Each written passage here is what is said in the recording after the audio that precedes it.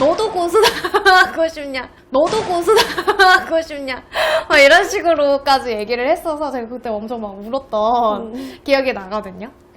갑자기 그게 생각나네요. 맞아요. 저의 아픈 추억이 아픈 기억이죠? 추억이는 아니죠?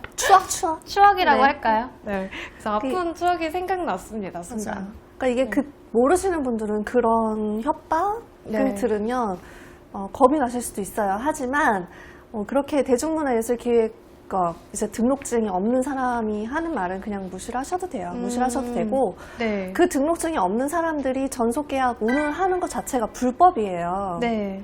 그렇기 때문에 굳이 그런 협박, 위협 네. 이렇게 받으시면 너무 겁먹지 않으셔도 돼요. 겁먹지 않으시고 그냥 대중문화예술기획업 등록증이 있는지 없는지 조용히 이제 네이버에 검색을 해보신 다음에 없구나 하면 무시. 아, 그렇게 되는구나. 근데 저는 다행히 그 미스 글로라이즈 코리아를 알게 돼서 이런 사실들도 알게 되고 좀 운이 좋았던 것 같아요. 안 그랬으면 계약을 했을 수도 있었을 것 같은데 알게 돼서 안 했거든요. 근데 이미 한 친구들도 있잖아요. 그쵸. 그런 친구들은 어떻게 해요? 그거를 계약을 나는 다시 하기 싫어요 라고 뒤엎기가 어렵지 않아요? 일단은 어렵죠. 그러니까 쉽지는 않아요. 그 계약을 네. 얻기가 쉽지는 않은데 그거- 그쵸. 이제 정 계약을 얻고 싶으시면 민사로 가시되 네.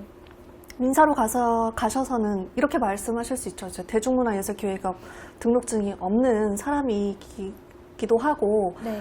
그때 이제 뭐 전속계약이라든지 그런 거에 대한 지식이 없었다. 네. 그렇게 말씀을 하시면 이게 법에 따라서 네. 판사님이 알아서 판단해 주시지 않을까 싶어요. 그러면 지금 또 드는 생각이 그 대중문화예술기획업이 없는 불법으로 운영했던 곳이다라는 게 밝혀지면 그러면 그거 계약 파기될 수 있나요? 계약이 파기된 사례가 있어요. 사례가 네, 있군요. 있어요. 오. 그래서 어디라고는 말씀 못 드리겠지만 네. 네이버에 역시 대중문화예술기획업 네. 미등록 네. 업체 뭐 이런 식으로 네이버 그 검색창에 치시면 네. 그 판례가 나와요. 그래서 이 등록증이 없는 사람이 네. 대중문화예술인과 전속계약을 맺고 또는 이제 뭐 계약을 맺고 이익을 창출을 했다. 네. 또는 매니지먼트 업과 관련된 업을 하거나 또는 매니지먼트를 직접 했다. 라고 그 사실이 밝혀짐과 동시에 처벌 대상이 되었고 네. 그리고 그 사람 또는 그 회사에 소속되었던 대중문화예술인들의 전속계약은 전부 파기가 되었습니다. 다행이네요. 어떻게 네. 보면.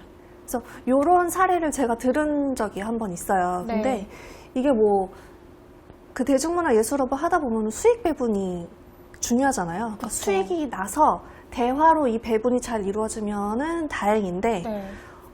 불법으로 운영하던 업체가 그런 거를 잘 해줄 리가 없겠죠.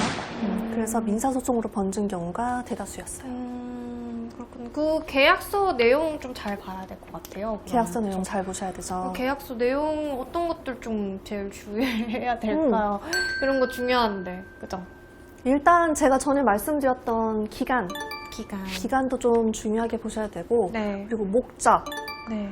그리고 나를 어떻게 관리를 할 건지 네. 그리고 서로의 이견이 있으면 어떻게 네. 해결을 할 건지 분쟁이 발생하면 어떻게 분쟁을 처리를 할 건지 또는 수익을 어떻게 창출할 건지 그에 대한 나의 의무는 무엇인지 그리고 뭐 이익 배분도 네. 중요하겠죠. 그래서 그런 점들 또는 이 계약서를 내가 타인에게 양도를 해도 되는지 안 되는지 네. 요 사항도 포함이 돼 있어요. 그래서 이런 것들이 구체적으로 기본 다 들어가 있고 회사나 개인에 따라서는 좀 추가 사항이 더 생길 수도 있죠. 그래서 그런 거를 잘 보셔야 돼요. 지금 말씀해주신 것들을 다 거의 적어서 숙지해야 될 것 같아요. 이쪽으로 관심 많으신 분들이나 계약서를 쓰셔야 되는 분들, 방송 쪽에 하셔야 되는 분들은 꼭 기억을 그쵸. 하셨다가 꼭 미인대회가 아니더라도 맞아요. 요거는 정말 완전 좋은 꿀팁 내용인 것 같아요. 뭐 물론 찾아보면 다 나오는 거기는 하지만 이게 또 모르는 맞아요. 분들도 의외로 많단 말이죠. 저는 저 같은 경우엔 기존에 이쪽 업계에서 일했던 사람이 아니었다 보니까 특히 더 몰랐던 맞아요. 것 같아요. 그래서 이게 네. 계약서를 좀 꼼꼼하게 보셔야 되는 게 아마 이러시는 분들도 있어요. 계약서를 내어주면서 근데 서명하세요. 전속 계약 아니에요. 하기 싫으시면 일단 사인하시고 언제든지 파기하셔도 돼요. 라고 하는데 그래서 서명하고 나중에 봤더니 전속적인 매니지먼트 또는 뭐 독점적인 출연 계약 이런 것들이 딱딱 들어가 있어요. 이거 너무 조심해요. 그러니까요. 그러니까 그런 것들을 정말 교묘하게 숨겨놓는 나쁜 사람들이라고 해야 되나? 좀 교묘한 사람들이 있어요. 그래서 그런 것도 조심을 해야 돼요. 그래서 계약서를 좀 많을 거예요. 장수가 막 6장 넘을 때도 있고 7장 넘을 때도 있고 하는데 일단 제가 드리고 싶은 팁은 누군가가 전속 계약서를 들이밀면 나이가 많으신 분들은 제가 집에 가서 천천히 읽어봐도 될까요? 라고 하고 그 계약서를 가지고 오시던지 네. 또는 이제 좀 나이가 어리신 분들은 엄마 아빠 찬스를 쓰세요. 전 잘 모르겠으니까 엄마 아빠랑 이야기를 해볼게요. 네. 이거 혹시 가져가서 저희 엄마 아빠 보여드려도 되나요? 라고 해서 가져가세요. 네. 가져가셔서 떳떳한 사람들은 가져가세요 라고 할 거예요. 네. 하지만 뭔가 캥기는 사람들은 그 자리에서 서명하기를 강요할 겁니다.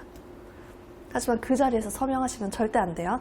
그래서 그 계약서를 가지고 오셔서 뭐 변호사라든지 아니면은 진짜 부모님과 진지하게 상의를 해보시던지 네. 그렇게 해서 좀 다양하게 조언을 구하신 후에 서명을 하시는 것이 가장 안전합니다.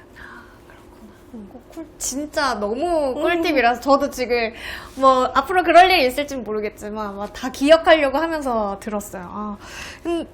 저도 이게 그 당시에 기억나던 게 그렇게 막 협박전화 아니 협박전화 맞나? 아무튼 그런 걸 이제 듣는데 어쨌든 수상을 했으면 이거는 평생인 거야 막 이러면서 막 그런 식으로 했었는데 그런 평생 아니면 무조건 뭐 이런 단어들 자체가 너무 무서운 단어였구나 지금 또 생각나요. 뭐 그런 거는 다 이제 무시해도 되는. 무시해도 되는 거죠. 전속 계약이라고 해도 평생 계약은 없어요, 여러분. 그쵸. 네. 평생 그런 거 없는 건데 그쵸. 그런 단어를 쓰면 일단은 좀 걸러도 되는 그쵸. 거네요. 어느 정도는. 좀 의심을 해볼 만하죠. 왜냐하면 거기서 제시하는 조건이 매력적이면 네. 의심을 해보시되 네. 딱히 뭐 별거 없는 것 같은데 자꾸 날 저렇게 잡아주려고 하네 네. 하면은 도망차 이거네요. 예, 지금 도망쳐야 되는 분들이 꼭 보셨으면 좋겠어요. 그러게요. 그래서 빨리 도망쳐야 되는 경우는 빨리 가야 되니까. 그래서 좀 엉터리로 운영하는 미인대를 엉터리로 운영하는 곳의 특징 중에 하나가 이렇게 등록증이 없는 경우 그쵸. 있었고, 그리고 또 있잖아요. 막 수상하신 분들이나 참가하신 분들의 사진 막 이런 거를 막 쓰는 경우. 막 쓰는 경우.